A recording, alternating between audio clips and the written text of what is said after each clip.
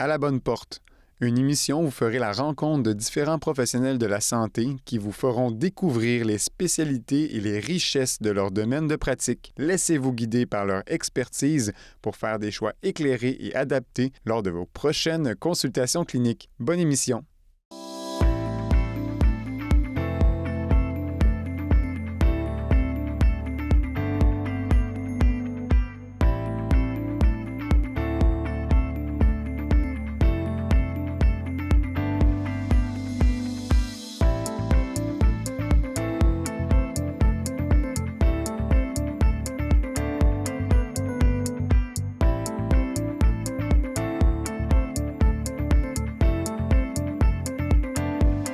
Bonjour tout le monde et bienvenue à l'émission À la bonne porte.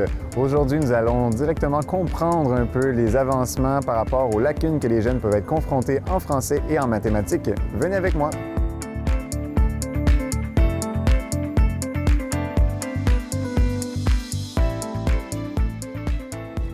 Donc Evelyne, aujourd'hui, je vais m'immerser un peu dans la peau d'un des élèves peut-être que tu as actuellement. J'aimerais ça un peu voir une séance type, les activités que tu peux faire avec les jeunes, puis un peu voir l'action qu'une séance peut prendre. C'est bon ça? Excellent, parfait. Bonjour Julien, ça va bien? Oui, ça va bien. Oui. Donc, as-tu passé une belle journée à l'école aujourd'hui? Oui, j'ai passé une belle journée à l'école aujourd'hui. Tu fais des choses de spéciales? J'étais en éducation physique, j'étais faire un tour en musique, j'ai fait le français que j'aime pas toujours, puis un peu de mathématiques. Intéressant, OK. Puis qu'est-ce que tu as moins aimé en français aujourd'hui? On a fait une dictée, puis j'aime pas ça les dictées. Pourquoi? Toujours dérangeant, les autres qui effacent et tout, puis c'est stressant.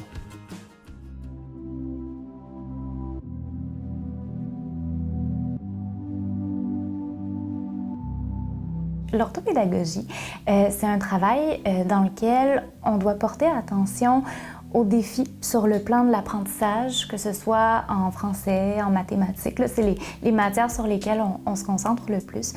Puis on va faire des interventions qui sont liées aux difficultés des élèves. Donc, des fois, c'est des élèves qui ont justement uniquement des difficultés, puis avec quelques interventions, bien, on voit là, qu'il y a une progression qui se passe. Il y en a d'autres pour lesquels bien, c'est vraiment un trouble d'apprentissage où, bien, en fait, la définition d'un trouble, c'est vraiment que ça va persister malgré l'intervention. Donc, il faut aller un petit peu plus loin dans nos interventions. Puis, pour travailler avec les élèves, bien, il y a différentes stratégies qu'on peut utiliser. Des fois, on est dans une perspective un peu plus de rééducation. Là. Je sais que c'est peut-être pas tous les professionnels qui aimeraient que j'utilise ce mot-là, où on va travailler sur des lectures de syllabes, des lectures de mots, si on est dans des troubles là, qui touchent plus la lecture ou l'écriture, puis on va essayer d'augmenter là, la vitesse de lecture, la précision, puis ensuite de travailler là, la compréhension. Puis il y a d'autres troubles des fois qui vont toucher les mathématiques. Donc là, on va se centrer sur la compréhension du nombre, du sens du nombre, sur comment est-ce qu'on fait pour résoudre un problème mathématique et ainsi de suite. Donc on a vraiment les deux volets là, d'intervention. Puis, le but, bien, c'est toujours de faire des liens avec le programme scolaire. Là. Donc, de se dire, bien, OK, en quoi l'intervention que je vais va faire des liens avec ce que l'élève réinvestit à l'école, puis voit lui-même là, à l'école. Parce que si on essaie toujours d'être déconnecté de ce qui se passe à l'école, bien là, la progression, bien, elle sera peut-être pas la même, ou le transfert des apprentissages va être peut-être un peu plus difficile ou abstrait. Dans le fond, on va faire quelques éléments aujourd'hui. En fait, on va commencer par un jeu dans lequel, là, tu te souviens, des fois, là, on s'en était parlé la semaine dernière, mais tu as des fois du mal à te freiner quand tu fais quelque chose, puis ça peut t'arriver d'aller vite. Donc, on va faire un jeu dans lequel, là, je vais te demander là, de prendre une pause avant de jouer. Donc, tu ne pourras pas te mettre à toucher là, tous les objets qu'on va avoir parce qu'on essaie vraiment de se donner comme un petit autocontrôle, là, de dire « OK, stop, on prend le temps d'analyser, puis ensuite, là, on peut jouer. » T'es prêt? Oui, excellent. OK. Non, donc, je te l'explique. On a des objets qu'on va mettre au centre de la table. Donc, on a une souris grise, un divan rouge, un livre bleu, une bouteille verte et un fantôme. Donc, notre objectif, c'est de prendre un objet le plus rapidement possible dans nos mains pour gagner une carte, pour gagner un point. Mais pour ça, il y a 2 consignes à respecter. Donc, la première consigne, c'est que si on a un objet de la bonne couleur, ben c'est lui qu'on doit se dépêcher de prendre dans nos mains. Donc, par exemple, qu'est-ce que tu prendrais là, dans tes mains? Mais là, le fantôme il est blanc, le fauteuil rouge. Fait que je voudrais pas me faire avoir, donc je prendrais un petit fantôme blanc. Exactement. Yes. Fait qu'on se dépêche de prendre le fantôme blanc.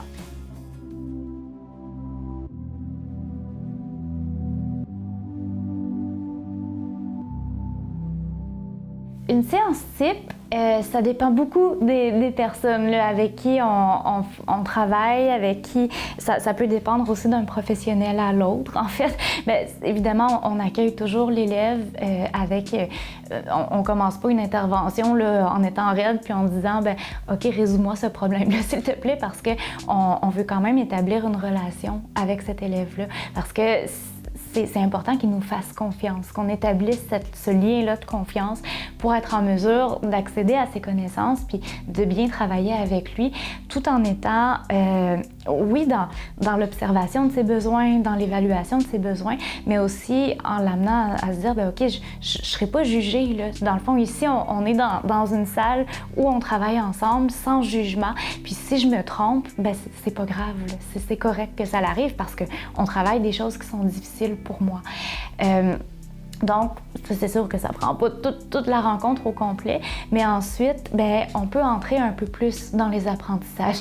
Moi, souvent, j'ai des élèves là, qui ont des besoins en lecture, en écriture, donc je commence souvent par des séances ou des activités qui vont être un petit peu plus difficiles, dans le sens que je vais entrer un peu dans le vif de l'action où là, l'élève a besoin de toute sa concentration.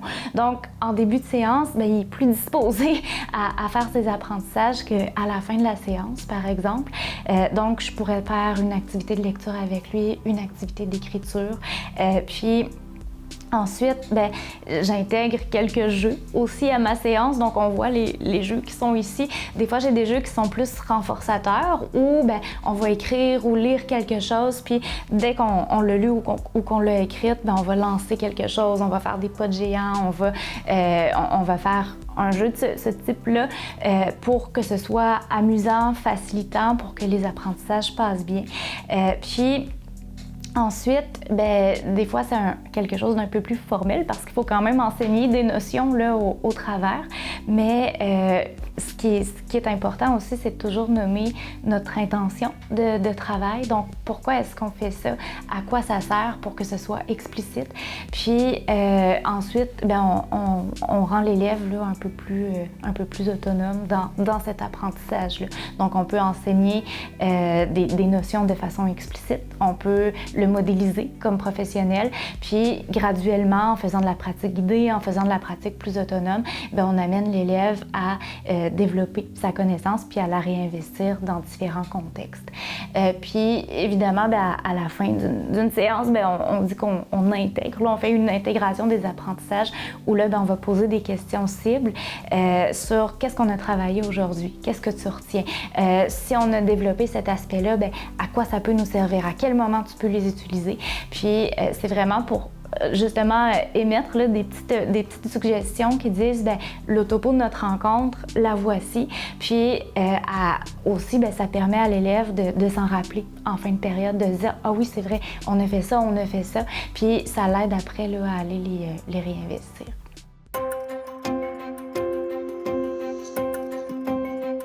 Il y a plus de 5000 orthopédagogues au Québec.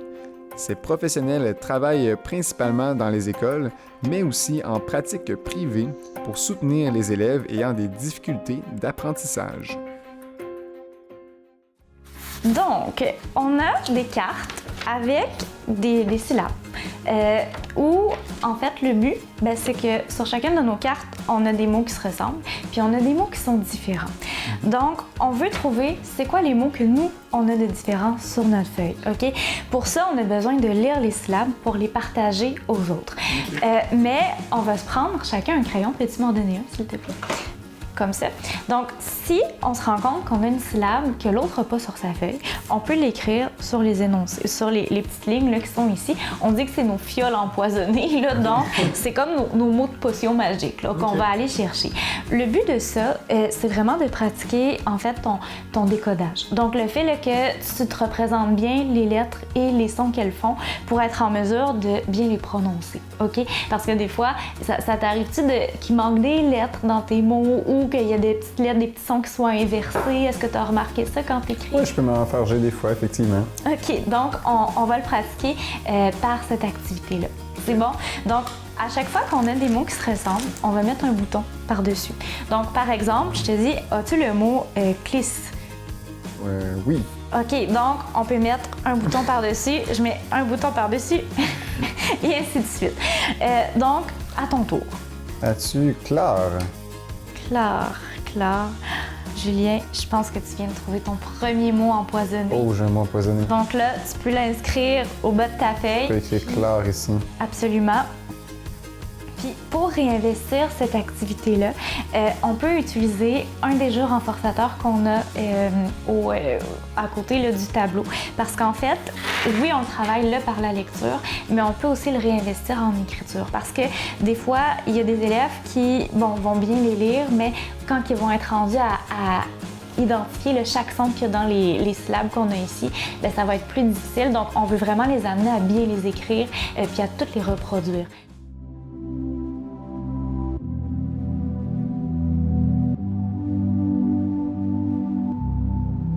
Les orthopédagogues, on les trouve beaucoup dans les écoles. Donc, il y a beaucoup d'orthopédagogues qui travaillent en milieu scolaire, puis qui vont soit prendre des élèves là, dans les classes, faire des interventions avec eux, mais aussi, elles peuvent intervenir directement en classe pour faire des activités de groupe, mais pour aussi travailler ce qu'elles travaillent avec leurs élèves, mais dans un contexte là, scolaire pour, comme je l'ai dit tantôt, assurer beaucoup là, les transferts des apprentissages.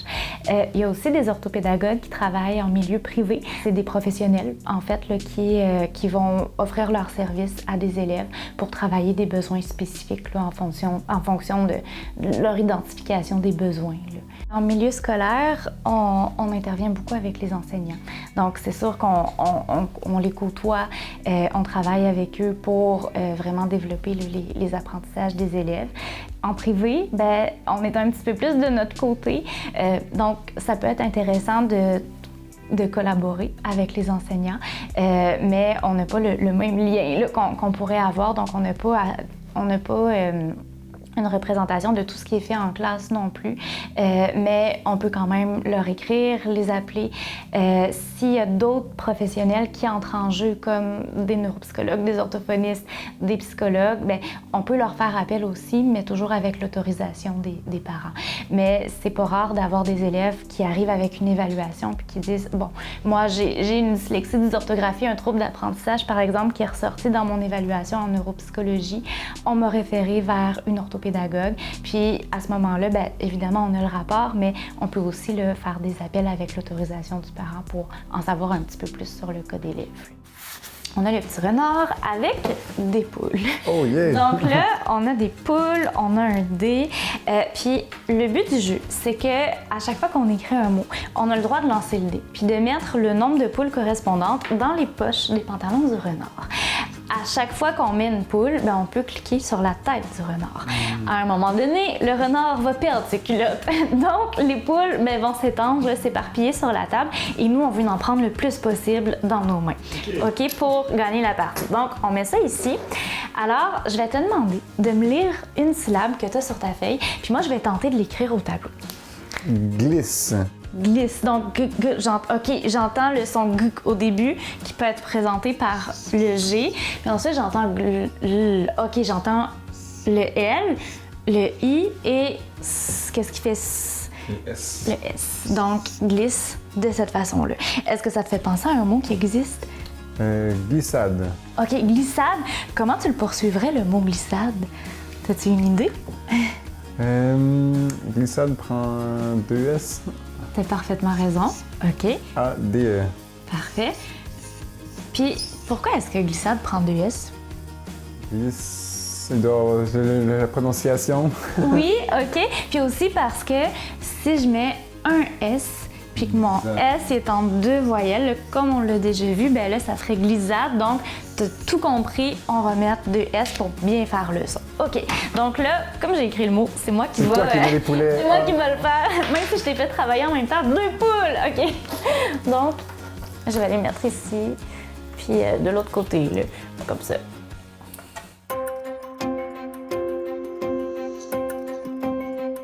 L'orthopédagogie est reconnue comme une discipline essentielle pour les élèves ayant des troubles d'apprentissage. Les orthopédagogues sont formés pour intervenir auprès d'élèves ayant des difficultés en lecture, en écriture, en mathématiques, ainsi qu'avec des troubles comme la dyslexie et la dyscalculie.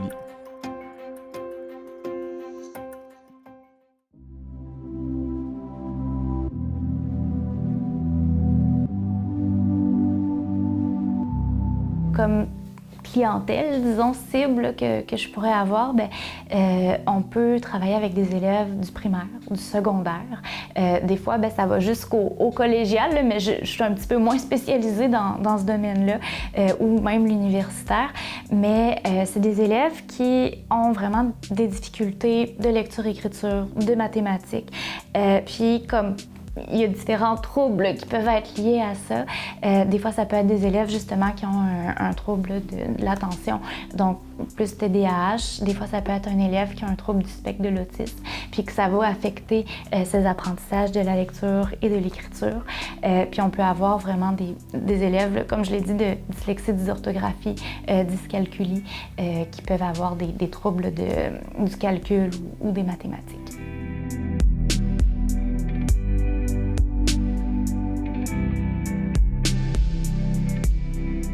Les principales qualités d'un orthopédagogue ou d'un intervenant là, qui travaille sur le plan des apprentissages doit particulièrement être à l'écoute de ses élèves, des parents avec qui il travaille aussi, ou des personnes avec qui il collabore, comme les enseignants, comme les professionnels. Il doit aussi faire preuve d'analyse pour bien comprendre ses difficultés puis bien les cibler pour être en mesure de faire des bonnes interventions. Puis ensuite de trouver justement les interventions nécessaires qui vont l'aider à progresser. C'est aussi un intervenant qui s'ajuste dans le sens que si on tente quelque chose, qu'on l'expérimente puis qu'on voit que malgré ça les difficultés continuent d'être présentes, qu'il doit changer de cap. Donc, qui doit réussir à changer son intervention pour toujours amener l'élève à aller un petit peu plus loin. Tu vas te mettre dans la peau d'un détective. Puis là, sur cette carte-là, il y a différents indices. Donc là, j'ai besoin que tu utilises la loupe pour observer quels indices te sont donnés. Puis j'aimerais que tu me décrives là, tous les indices que tu vois. Je vois un chiffre 5. OK. Intéressant. OK. Par la suite, je vois deux petits bonbons, des poissons, puis genre de petites bines. OK. Donc, en fait, nous, ce qu'on veut faire, c'est un sac de bonbons. OK. Puis dans ce sac de bonbons-là, on veut mettre les bons bonbons en fonction des indices que tu as pu relever avec ta loupe de détective. Yes. Donc là, tu as besoin de combien de bonbons en tout dans ton sac, selon toi? Je vois en bas, il y a le chiffre 5, comme je disais. Puis... Donc, tu as besoin de 5 bonbons en tout dans ton sac. Puis là, c'est de quel type de bonbons dont tu as besoin? Sûrement les deux qu'on a mentionnés tantôt, le petit poisson ou la petite bine. OK. Puis là, est-ce qu'il y a des choses là-dedans qui représentent des informations ou des bonbons pour lesquels on n'aura pas de besoin? Oui, plusieurs. Plusieurs, hein? Ouais. Qu'est-ce qu'on peut faire quand on a des informations superflues comme ça? On peut les retirer pour Absolument. Laisser que les bons indices. C'est ça. Fait que là, on va faire ça ensemble. On va ramener les bons indices. Donc là, qu'est-ce qu'on ramène comme indice? On ramène les poissons puis les petites bines. Excellent. On fait ça ensemble. Comme ça. Comme ça. Est-ce qu'on a besoin de toutes les couleurs de poissons? Ah non, c'est vrai, il y a le vert et le bleu. Le vert et le bleu, donc on se concentre que du vert, que sur le vert et que sur le bleu. Et voilà, puis je pense que c'est ça. Donc, on les met de côté. Donc là, qu'est-ce que tu peux mettre dans ton sac en termes de poissons? Je vais prendre les deux poissons qui sont présents. Excellent. OK. Puis là, qu'est-ce que tu peux mettre d'autre? Là, il te reste uniquement les jelly beans. Qu'est-ce que tu pourrais mettre? Si il m'en faut 5, il faudrait que j'aille en chercher au moins 3. Ça, c'est une bonne idée. Qu'est-ce qui te fait dire ça? C'est la balance des deux. Donc, t'en as 2. Si t'en ajoutes 3, ça fait 5.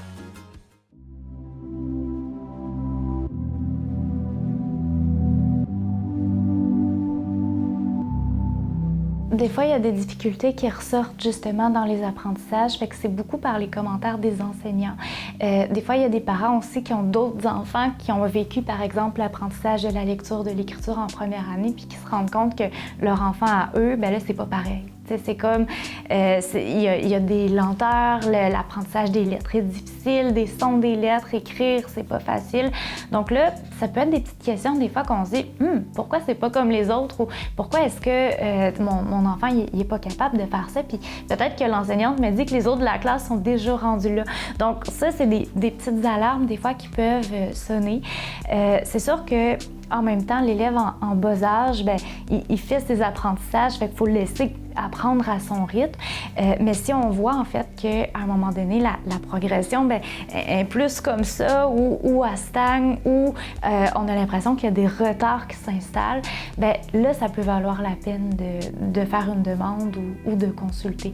Mais le parent qui a juste un enfant qui n'a pas nécessairement l'aperçu de, c'est quoi la progression générale des autres élèves, c'est beaucoup l'enseignante ou l'enseignant qui va donner le signal d'alarme pour dire, c'est peut-être pas normal selon le développement typique d'un élève de cet âge-là. Pour consulter en orthopédagogie, on n'a pas besoin d'avoir une prescription, par exemple, qui est donnée par un médecin. Donc, on peut le faire d'emblée, appeler à une clinique ou faire des fois une demande à l'école aussi pour voir quelles sont les possibilités que mon enfant puisse avoir un soutien.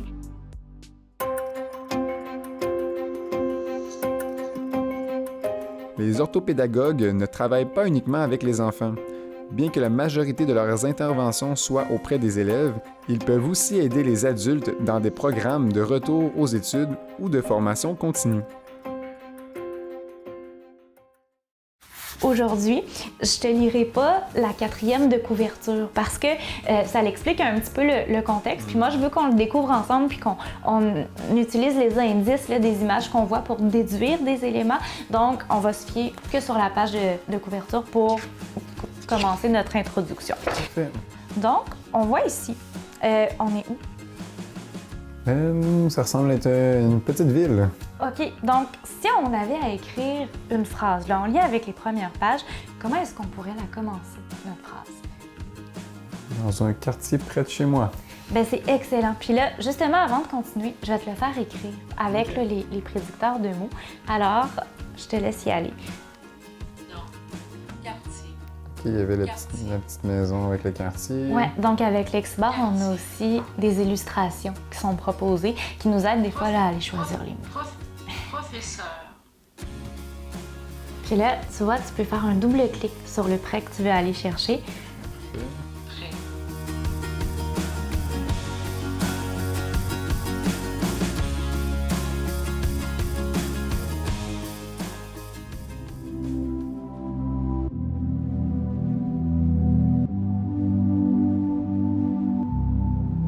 Par rapport aux outils technologiques, en fait, quand on voit que l'élève a des difficultés en lecture et en écriture qui affectent ses productions ou ce qu'il va comprendre, c'est sûr qu'avant de mettre en place des outils technologiques, on peut faire des interventions.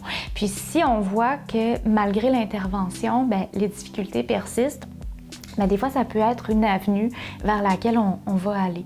Donc, différents outils technologiques existent.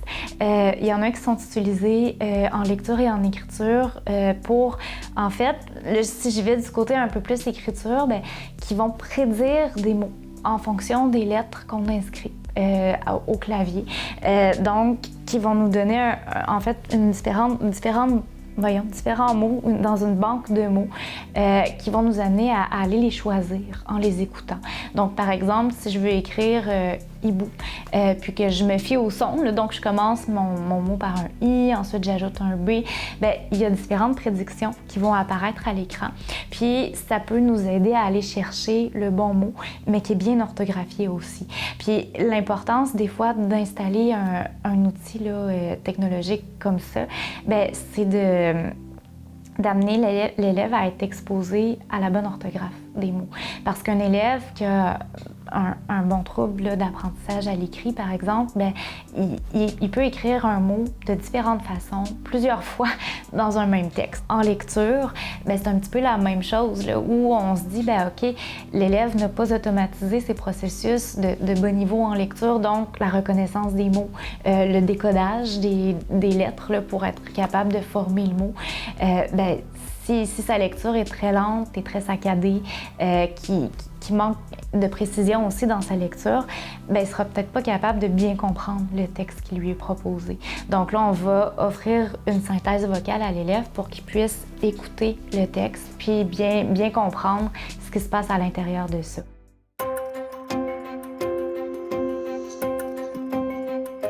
La formation pour devenir orthopédagogue nécessite un diplôme universitaire spécialisé, un baccalauréat en adaptation scolaire ou une maîtrise en orthopédagogie est également requis pour exercer la profession.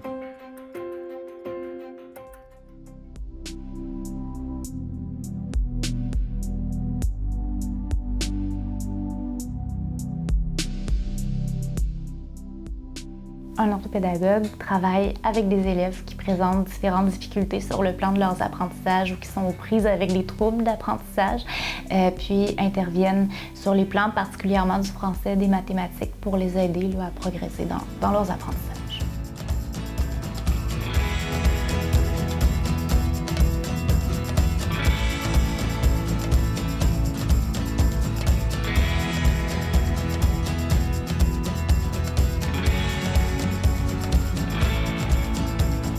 Aujourd'hui, on a pu vivre ensemble une séance type en orthopédagogie. Donc, j'espère que vous avez appris à mieux comprendre et concevoir comment vos jeunes et les moins jeunes peuvent apprendre à pallier à leurs lacunes. À un prochain rendez-vous!